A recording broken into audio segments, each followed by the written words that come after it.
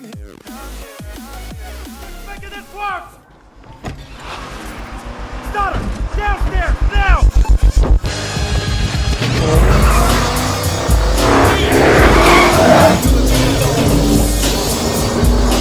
You got pursuit training, right? Yeah. Maintain distance, try not to kill him. Get all of it. We want him stopped now. Hello my friends, what is going on? My name is FoxLift and welcome to my Battlefield Hardline review. Battlefield Hardline is the new entry in the Battlefield series with a unique twist.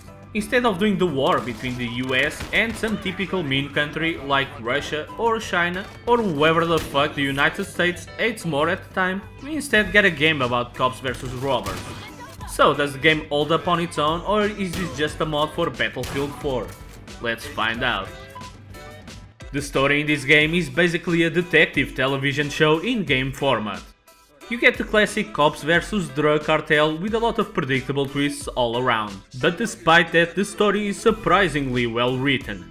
Every character in here is full of charm with no exceptions. Do you know this man? Oh, him? He does spreadsheets. The story is really corny, but since it's clearly intended, it comes off as quirky good fun. There will be a lot of jokes that will actually make you laugh a lot more than they should. For those who played it, the story is a lot more like the Bad Company series than the old boring Battlefield nuclear war shit that no one cares about. Now the gameplay on the story missions is actually pretty weird. Police, you're under arrest. What the? I got this one, Nick. While this is a Battlefield game, it should have actually been called Metal Gear Badge Flasher 2K15. Since we are playing a cop, the game is all about stealth arrests and you literally get no points for killing people in non-silenced ways. So the only way you get heavy machine gun unlocks and shit like that is to be stealthy. It doesn't make much sense. So while the game technically allows you to play however the fuck you want, most of the time you will just show up to a group of heavily armored bandits, show them your badge and they will politely drop their weapons and surrender, even when they outnumber you 3-1. It's fucking silly. Here, I'll show you what I mean.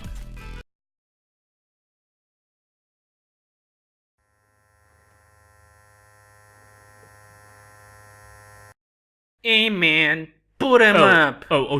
Shit, you got... Yeah, that's right, bitch. Excuse me, officer. Yeah, drop on your knees, okay, bitch. okay, I'll just drop. I'm sorry, Yeah. I won't shoot you or anything. Yeah, that shit makes no sense. In fact, this whole fucking game makes no sense. But you know what? I was having fun the whole way.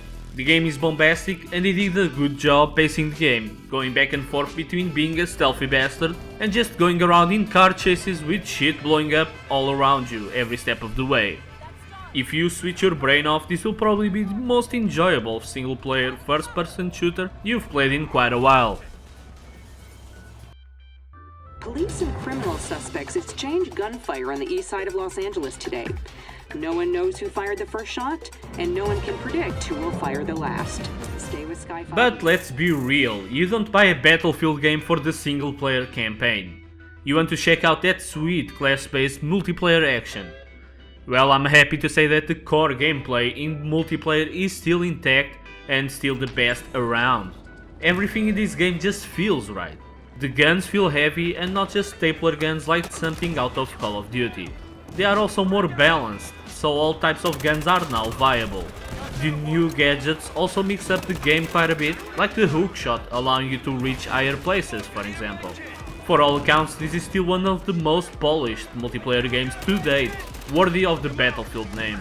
The game is more focused on infantry fights this time around, with vehicles having less of an impact in the game.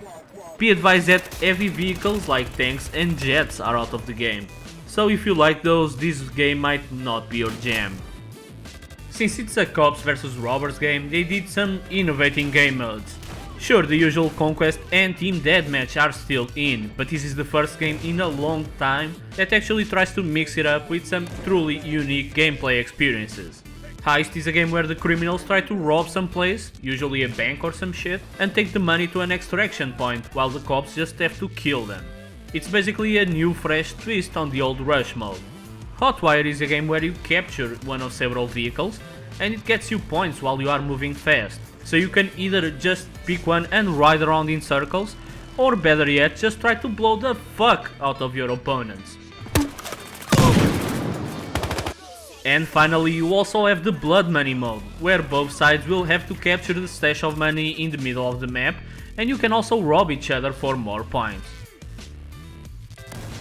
All of these modes are pretty fun and really new, and in my opinion Visceral has to be commended by offering new stuff without just following the usual trend. But it also saddens me that the true rush and capture the flag modes are not available. Now what really surprised me, especially in Hardline, was the inclusion of some more esports focused game modes.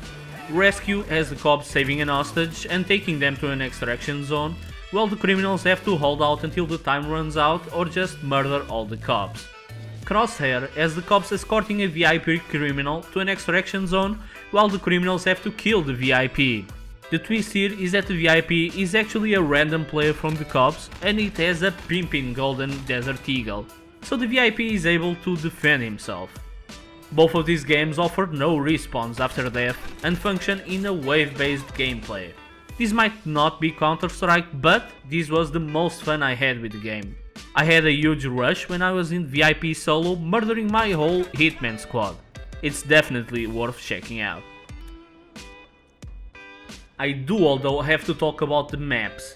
They are just too big for most games, especially the asymmetrical modes like Heist, and they are usually unbalanced towards one of the sides.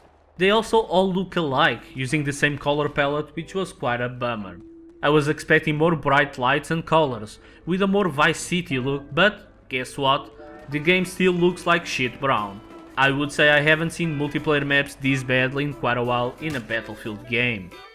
I also had my fair share of bugs while playing the game, which is never a good sign.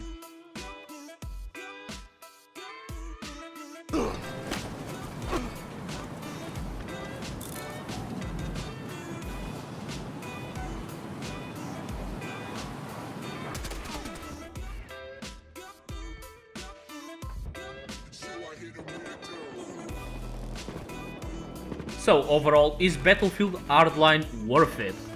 Well, if you believe you intend to play a lot of Battlefield multiplayer and you want to try out some new game modes for once, you should definitely pick this up on release.